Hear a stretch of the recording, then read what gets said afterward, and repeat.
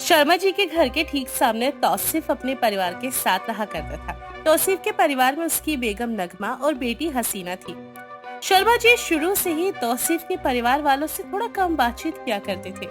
ऐसा नहीं था उन्हें उससे कोई खास दिक्कत थी, लेकिन फिर भी वो अपने बाकी आस पड़ोस वालों से तो खूब बातचीत किया करते। लेकिन तौसीफ और उसके परिवार से न तो वो खुद ही ज्यादा बात करते और न ही अपने परिवार वालों को करने दिया करते। ऐसे ही एक सुबह तौसीफ और उसकी बेगम नगमा शर्मा जी के यहाँ आते हैं। तभी शर्मा जी की बीवी अनीता उनका घर में स्वागत करते हुए बोलती है, अरे इतनी सुबह सुबह आप लोग यहाँ? अरे आइए आइए, अंदर आइए। हम आपको न्योता देने आए हैं। न्योता? किस तरह का न्योता? कोई फंक्शन है क्या आप लोगों के यहाँ? जी, वो ईद आ रही है ना, हमारे रोजे चल रहे हैं, तो उसी के लिए हम आपको न्योता देने के लिए आए हैं। हमारे यहाँ ईद की दावत है, आप सभी जरूर आइएगा। हाँ हाँ, देखते हैं, समय मिलेगा तो आएंगे। अगर आप जाएंगे तो हमें बहुत खुशी होगी। हमने बाकी सभी मोहल्ले वालों को भी ईद की दावत पे बुलाया है। आप चिंता मत कीजिए, हम जरूर आएंगे। अच्छा ठीक है, हम चलते हैं, और भी कई जगह कहना बाकी है अभी। इतना कहकर तौसीफ और उसकी बेगम वहाँ से चले जाते हैं और दोनों के जाते ही अनीता शर्मा जी से बोलती है, आप ऐसा क्यों कह रहे थे कि टाइम लगेगा?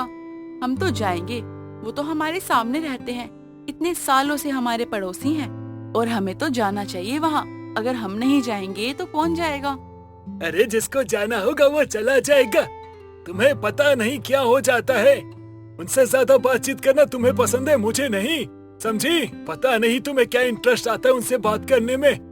अजी, आप क्यों उन लोगों से ऐसे बातचीत करते हैं? भला वो भी तो इंसान ही है ना। क्या हुआ अगर उनका धर्म अलग है तो?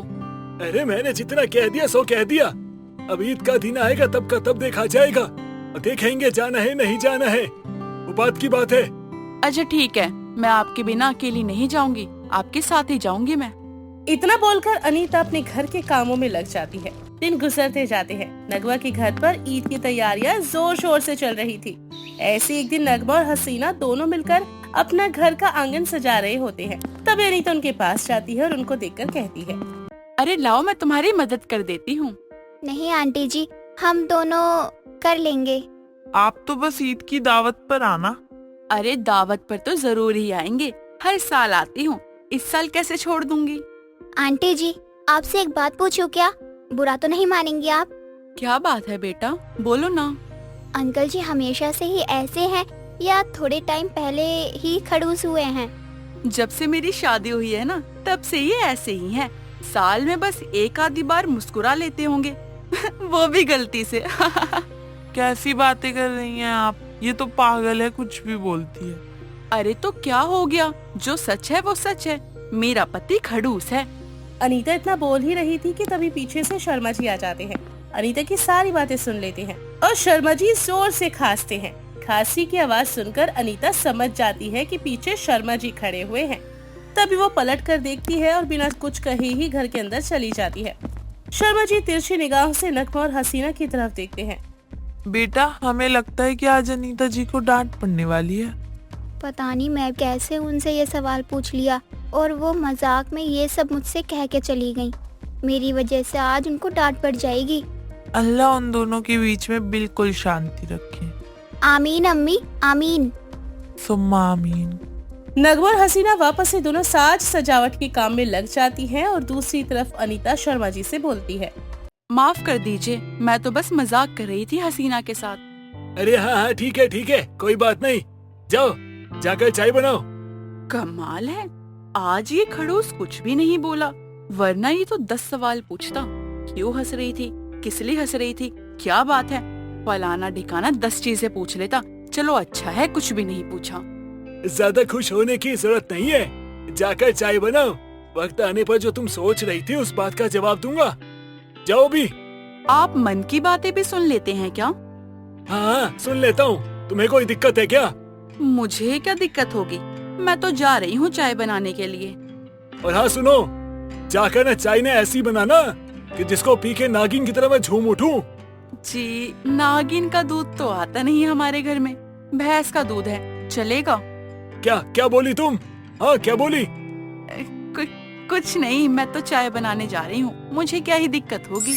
अनीता चाय बनाने के लिए रसोई के अंदर जाती है। कुछ देर बाद गर्मा गर्म चाय बनाकर शर्मा जी को देती है और खुद भी उनके साथ बैठकर चाय पीने लगती है। दिन गुजरते चले जाते हैं। शर्मा जी बिना कुछ कहे तौसीफ के परिवार पर अपनी पूरी नजर रखते। ईद की सारी तैयारियां भी वो अपनी आंखों से देख रहे थे और ऐसे एक दिन तौसीफ नगमा से बोलता है, पता नहीं शर्मा जी भी कैसे इंसान है, समझ ही नहीं आता। क्यों, क्या हो गया? उन्होंने आपसे कुछ कहा क्या?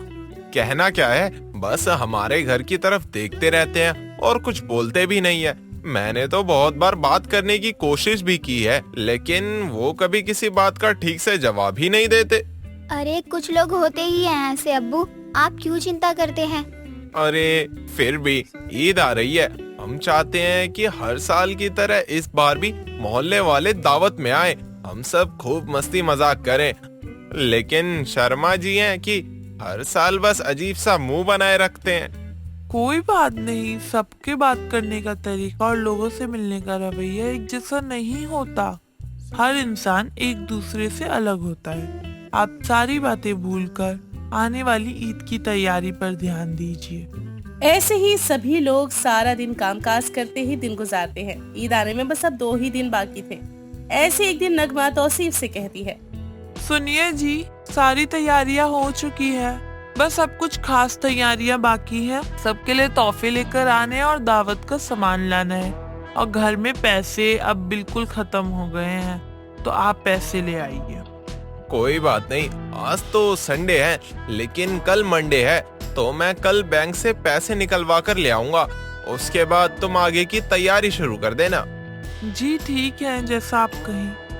ऐसे अगले दिन तौसीफ बैंक जाता है और काफी सारी बड़ी रकम निकलवा लेता है। लेकिन जैसे ही वो पैसे लेकर अपने घर वापस आने लगता है, तभी रास्ते में 2 गुंडे उसे घेर लेते हैं। पीछे से कोई तीसरा गुंडा जाकर तौसीफ के सर पर जोर से वार करता है और तौसीफ वहीं बेहोश होकर गिर जाता है।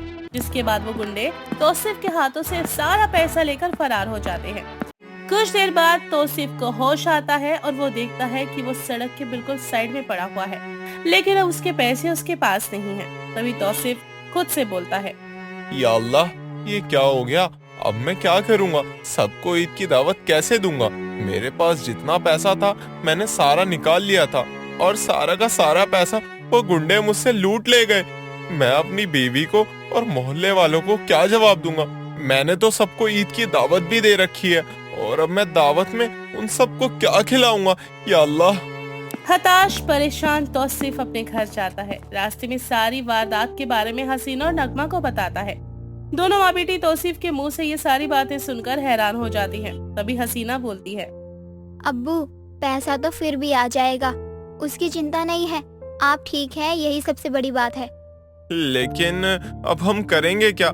ईद की दावत के लिए मैंने सबको बोल रखा है। क्या अब हम सबके घर जाकर उन सबको मना करके आए?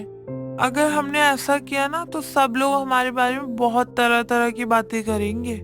आपको किसी को कुछ भी कहने की कोई जरूरत नहीं है, जो जैसा है वैसे ही रहने दीजिए। हम एक काम करेंगे, घर पर ही मीठी सेवइयां बना लेंगे और सबको वही खिला देंगे और उसके बाद सच बता देंगे। ठीक है, जैसा तुम कहो बेटा, हम वैसा ही कर लेंगे। वैसे भी अब सच तो सबको बताना ही पड़ेगा ना। ऐसे ही सभी लोग घर की बात घर में ही दबा देते हैं। दिन गुजरते हैं। आखिरकार ईद का दिन भी आ जाता है। सभी लोग एक दूसरे से गले मिलकर ईद मुबारक बोलते हैं। लेकिन अब सबसे ज्यादा चिंता थी वो थी शाम की दावत की। सुबह से ही सभी लोग मोहल्ले में हसीना और तौसीफ को ईद की बधाइयाँ देने आते और शाम को दावत में आने की बात करते। तीनों को कुछ समझ नहीं आ रहा था कि लोगों को क्या जवाब दें। शाम का समय था। हसीना चुपके अब अपने घर से सभी को जाते हुए देख रही थी। काफी देर होने के बाद कोई वापस नहीं आता। ये देखकर हसीना थोड़ा परेशान हो जाती है और अपने अम्मी अब्बू से बोलती है, अम्मी अब्बू, सब लोग इस वेन्यू पर जा रहे हैं जहां हमने ईद की दावत रखी थी, लेकिन जब हमने कोई तैयारी नहीं करवाई, कोई पैसे नहीं दिए, तो फिर लोग वहां पर जा रहे हैं लेकिन लौट कर नहीं आ रहे हैं। आपको ये बात थोड़ी अजीब नहीं लग रही है क्या? बात तो सोचने वाली है। जब वहाँ पर कोई तैयारी ही नहीं है तो फिर सब लोग वापस क्यों नहीं आ रहे हैं? किसी ने अभी तक हमसे कुछ पूछा क्यों नहीं? मुझे लगता है कि हमें एक बार वहां जाकर देखना चाहिए कि क्या बात है। कहीं ऐसा ना हो कि सब लोग वेन्यू के बाहर भीड़ लगाकर खड़े हो। चलिए, हमें चलकर देखना चाहिए। नगमा, तौसीफ, हसीना जहां ईद की दावत रखी हुई थी उस वेन्यू पर जाते हैं और देखते हैं कि वहां तो सब कुछ अच्छे से सजा हुआ है। सभी लोग बड़े मजे से ईद की दावत एंजॉय कर रहे हैं। ये सब देखकर तौसीफ और उसका परिवार हैरान हो जाता है। उन्हें समझ में नहीं आता कि आखिरकार ये पार्टी दी तो दी किसने, जबकि उनके पास तो एक भी रुपया नहीं था पार्टी करने के लिए। तभी शर्मा जी और अनीता तौसीफ के परिवार के पास आते हैं और अनीता बोलती है, कैसी लगी ईद की दावत? सब कुछ अच्छा है ना? पसंद तो आया ना आपको? ये सब किसने किया और कब किया? अरे आज की पार्टी हमारी तरफ से। आप लोगों को क्या लगा? हाँ, आप कुछ बताएंगे नहीं तो हमें पता नहीं चलेगा। हमें सब पता है कि आप लोगों के साथ क्या हुआ था, इसलिए हमने आपको बिना बताए ये सारी तैयारियां कर ली थी। ये पार्टी हम दोनों ने करवाई है, वो भी आप लोगों के लिए। लेकिन शर्मा जी, आपको कब पता चला?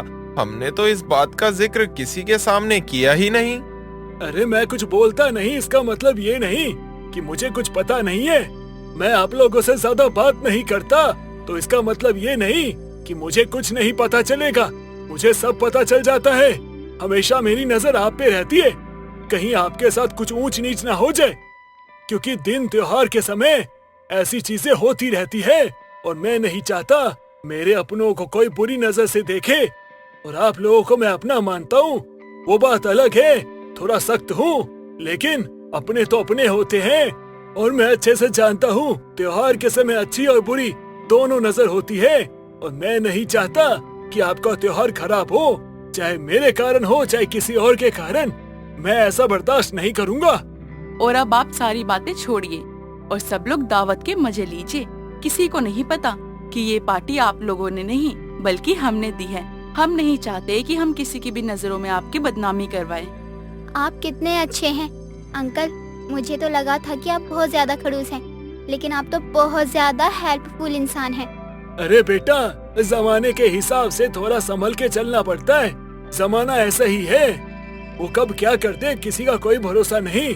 किस बात का बतंगर बना दे कोई ठीक नहीं। इसीलिए मन को शांत रखना और ऐसा बनना पड़ता है। और तुम्हें एक राज की बात बताऊं बेटा, मैं जो खड़ूस बनता हूँ ना, इसीलिए बनता हूँ ताकि सब मुझसे डरे और मुझसे डर के कोई गलत काम ना करे और मेरे अपनों पर और मेरे मोहल्ले पर कोई बुरी नजर ना डाले। अब जो हुआ सो हुआ। अब मेहमानों से मिलते हैं और सबको ईद मुबारक बोलते हैं। सबसे पहले तो मैं ही आपको ईद मुबारक बोलूंगी। आइए गले लग जाइए। इतना कहकर अनीता नगमा हसीना को गले मिलकर ईद मुबारक कहती है और तौसीफ और शर्मा जी भी मुस्कुराते हुए एक दूसरे से गले मिलकर ईद मुबारक कहते हैं। जिसके बाद तौसीफ और उसका परिवार सभी मेहमानों से मिलते हैं और ईद की दावत का खूब मजा लेते हैं। सोनम बहुत ही सुंदर थी, उसको अलग अलग ब्रांड के कपड़े पहनना अच्छा लगता था। सोनम कभी ज़ारा तो कभी H&M से शॉपिंग किया करती। वो ऐसे ब्रांड्स पर पैसे उड़ाती और हमेशा उसकी यही आदत थी। ऐसे ही एक दिन सोनम अपनी माँ सरला के पास जाती है। माँ, मुझे कुछ पैसे दे दो। क्यों? कुछ पैसे क्यों चाहिए तुझे? माँ, आप बहुत सवाल जवाब करती हो। आपकी बेटी को पैसे देने के लिए इतने सवाल करना जरूरी है क्या? हाँ, बहुत जरूरी है। मुझे पता है ना तुम मेरे पैसों को कैसे पानी की तरह बहा देती है। बस आपको तो पता ही है ना कि मुझे पैसे किस लिए चाहिए। ज़ारा में एक बहुत ही हॉट एंड सेक्सी ड्रेस आई है, वो ही लेना है। अच्छा, वो ड्रेस कितने की है वैसे? वो ही बस 25,000 की है। 25,000 बस लगते हैं तुझे? पैसे क्या पेड़ पर उगते हैं? चल, मैं नहीं दे रही। माँ प्लीज दे दो ना, जब मेरी जॉब लगेगी तो मैं आपको दे दूंगी, उधार ही समझकर दे दो। तू और जॉब पर जाएगी? घर में कुंभकर्ण की तरह सोती रहती है और तू जॉब पर जाएगी? माँ, मैं आपके आगे हाथ जोड़ती हूँ, प्लीज पैसे दे दो। सोनम बार बार सरला के आगे हाथ जोड़ने लगती है और पैसे मांगने के चक्कर में पूरे दिन उसके पीछे पीछे घूमती है। सोनम को ऐसा करता देखकर सरला परेशान हो जाती है और गुस्से में कहती है, सोनम, मेरे आगे पीछे घूमना बंद कर दे, वरना 2 थप्पड़ मार दूंगी, समझी? माँ, आप मुझे 4 थप्पड़ मार लेना, लेकिन अभी पैसे दे दो, पक्का, अगली बार से नहीं मांगू। ठीक है, ये आखिरी बार है। अगर तुझे अपने कपड़े लेने हैं तो खुद जाकर कमा। सरला इतना बोलकर अपने कमरे में जाती है और अलमारी से 25,000 निकालकर सोनम को दे देती है। पैसे देखकर सोनम बहुत खुश होती है और जल्दी से जाकर ज़ारा से ड्रेस ऑर्डर कर देती है। ऐसे ही दिन बीतते हैं सोनम आए दिन अपनी माँ से पैसे मांगकर न्यू ब्रांड के कपड़े खरीद। कुछ समय बाद सोनम की जॉब एक बड़ी सी कंपनी में लग जाती है, जहाँ उसकी मुलाकात निकिता नाम की एक लड़की से होती है। दोनों कुछ ही समय में दोस्त बन जाते हैं। ऐसे ही एक दिन सोनम अपनी ज़ारा की ड्रेस पहनकर ऑफिस जाती है और निकिता को कहती है, देख निकिता, मेरी ज़ारा की ड्रेस कैसी लग रही है? अच्छी है, लेकिन ऑफिस में ना बस ऑफिशियल ड्रेस ही पहननी होती है। ये सब तो कोई इवेंट या पार्टी में पहनना अलाउ है, लेकिन मुझे तो इसके बारे में कुछ पता ही नहीं था। कोई भी बहाना बना दियो, वैसे भी एक बार तो गलती माफ होती ही है। हाँ, तू सही बोल रही है। वैसे तेरा ये सूट तो बहुत अच्छा लग रहा है, कहाँ से लिया? ये सूट बहुत महंगा है, एक महीने की पूरी सैलरी चली जाती है। बहुत महंगा ब्रांड है। अच्छा, कौन सा ब्रांड है ये जिससे पूरे महीने की सैलरी चली जाती है? पराडा ब्रांड है, इसमें ना घर चला जाएगा। पराडा? ये ब्रांड तो मैं पहली बार सुन रही हूँ। लगता है कहीं बाहर देश की कंपनी का है। ये इटालियन की है। इसको इटालियन लग्जरी फैशन हाउस ने बनाया है। यहाँ बच्चों से लेकर हमारी उम्र के सभी लोगों के लिए कपड़े मिल जाते हैं। अच्छा है यार, इसका लुक भी बहुत अच्छा लग रहा है। हाँ खैर, ये सब छोड़ और अपने काम पर ध्यान दे, वरना इस पराडा की जगह हम दोनों को पर्दे में घुमा देंगे। निकिता की बात को सुनकर सोनम और निकिता दोनों हंसने लगते हैं और अपनी अपनी सीट पर जाकर बैठकर काम करने लगते हैं। ऐसे ही वक्त गुजरता है और सोनम निकिता को रोज पराडा सूट पहनता देखकर उसके बारे में सोचती रहती। ऐसे ही एक दिन सोनम खाने की टेबल पर बैठकर खुद से बोलती है, ये पराडा का सूट मेरी आंखों के आगे से जाता ही क्यों नहीं है? बार बार निकिता का सूट याद आ जाता है। क्या करूं, खरीद लूं क्या? लेकिन अगर माँ को पता चला तो वो बहुत मारेंगी।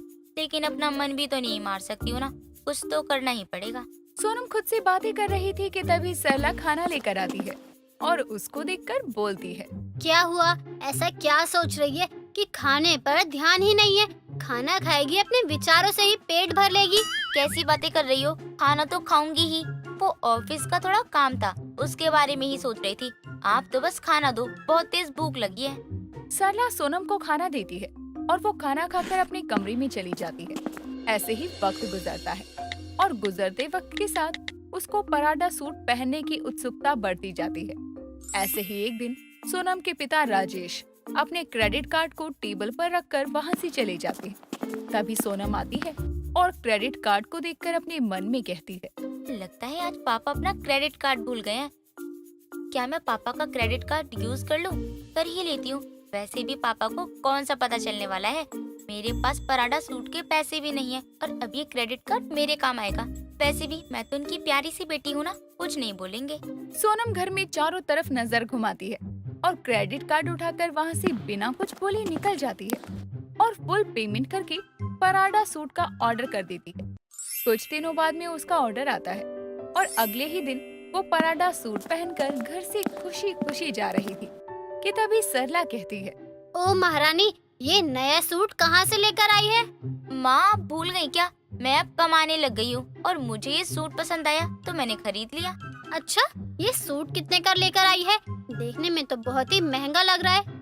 महंगा कहाँ है माँ, बस 10,000 की तो है। इतना तो सस्ता है ये। सच्ची? तू इतने सस्ते कपड़े कब से पहनने लग गई? माँ, मुझे अब पैसों की कीमत पता चल गई। पैसे कमाने में कितनी मेहनत लगती है और उड़ाने में बस 5 मिनट। चलो मैं ऑफिस के लिए लेट हो जाऊंगी। सोनम इतना बोलकर घर से निकल जाती है और कुछ दूर चलने पर सोनम की पड़ोसन विमला मिलती है और सोनम को देखकर विमला कहती है, अरे सोनम बेटा, आज ये सूट पहनकर कहाँ जा रही है? आंटी जी, आपको तो पता ही है ना कि मैं जॉब करती हूँ। आपकी बेटी की तरह घर में बेरोजगार तो नहीं बैठती। अच्छा, ये तेरा सूट बहुत अच्छा लग रहा है। कितने का लाई है? ऐसा वैसा सूट नहीं है, ये पराडा का सूट है। पराडा इतना महंगा है, आपकी बेटी के 10 कपड़े आ जाएंगे उसमें। महंगा ही है या फिर कपड़ा भी अच्छा है? ला दिखा तो जरा, छू कर देखूं। दूर से बहुत महंगा कपड़ा है, हाथ मत लगाओ इसको। पूरे 50,000 का है। कितने? पूरे 50,000। ऐसा भी क्या है जो 50,000 का दिया है? बाकी कपड़ों की तरह ही तो है। आप सस्ते कपड़े पहनने वाले लोग ब्रांड के बारे में क्या ही जानोगे। खैर मुझे जाने दो, मैं सस्ते लोगों से बात नहीं करती। सोनम इतना बोलकर वहाँ से ऑफिस के लिए चली जाती है और सभी को अपने पराडा सूट दिखाकर इतराने लगती है। एक तरफ सोनम खुश थी तो दूसरी तरफ राजेश अपने फोन में मैसेज देखता है कि उसके अकाउंट से 50,000 कट गए हैं। राजेश घर आते ही सरला पर चिल्लाने लगता है कि इतने में विमला आती है। क्या हुआ भाई साहब, आप सरला पर इतना क्यों बरस रहे हो? कोई बात हो गई है क्या? क्या बताऊं बहन जी, ये मेरी पत्नी है और इन्होंने मेरे क्रेडिट कार्ड से 50,000 की शॉपिंग की है और अभी झूठ बोल रही हैं कि इसने कुछ नहीं लिया। 50,000? राम राम राम भाई साहब, ये सरला ने नहीं बल्कि आपकी लाडली बेटी सोनम ने खर्च किया होगा। कोई पर्दा का सूट पहनकर घूम रही है, मुझे तो पक्का यकीन है उसने ही लिया होगा। मैं भी इनको यही समझा रही हूँ जब से कि मैंने कुछ नहीं किया, पर ये है कि मुझ पर भरोसा ही नहीं कर रहे। और मैंने सोनम को सुबह नए सूट में देखा तो मुझे भी अजीब लगा, पर ज्यादा नहीं पूछा मैंने। आने दो आज उसको घर, आज तो उसकी खैर नहीं। ज्यादा ब्रांड के कपड़े पहनने का शौक है ना, आज उसका पराडा सूट निकालता हूँ मैं। राजेश को सोनम पर बहुत गुस्सा आता है और शाम को जब सोनम घर आती है तो राजेश और सरला दोनों उसके ऊपर एक साथ बरस जाते हैं और उसे बहुत सुनाते हैं। उसके सारे क्रेडिट कार्ड और सैलरी भी ले लेते हैं और आगे कभी उसके कपड़े खरीदने के लिए उसे पैसे नहीं देते। ये सब देखकर विमला बहुत हंसती है और मन में कहती है, बड़ी आई पर्दा सूट पहनकर इतराने वाली, मुझे बोल रही थी ना कैसा सबक सिखाया। अब तो कुछ खरीद नहीं पाएगी, बिमला से पंगे ले रही थी। इसको नहीं पता बिमला से पंगे लेने वाला मतलब अपनी जिंदगी खराब करना। आगे से मुझे और मेरी बेटी के बारे में चू भी नहीं करने वाली। विमला सोनम को देखकर बहुत हंसती है और इस तरह से पराडा सूट पहनने वाली का सारा शौक धरा का धरा रह जाता है।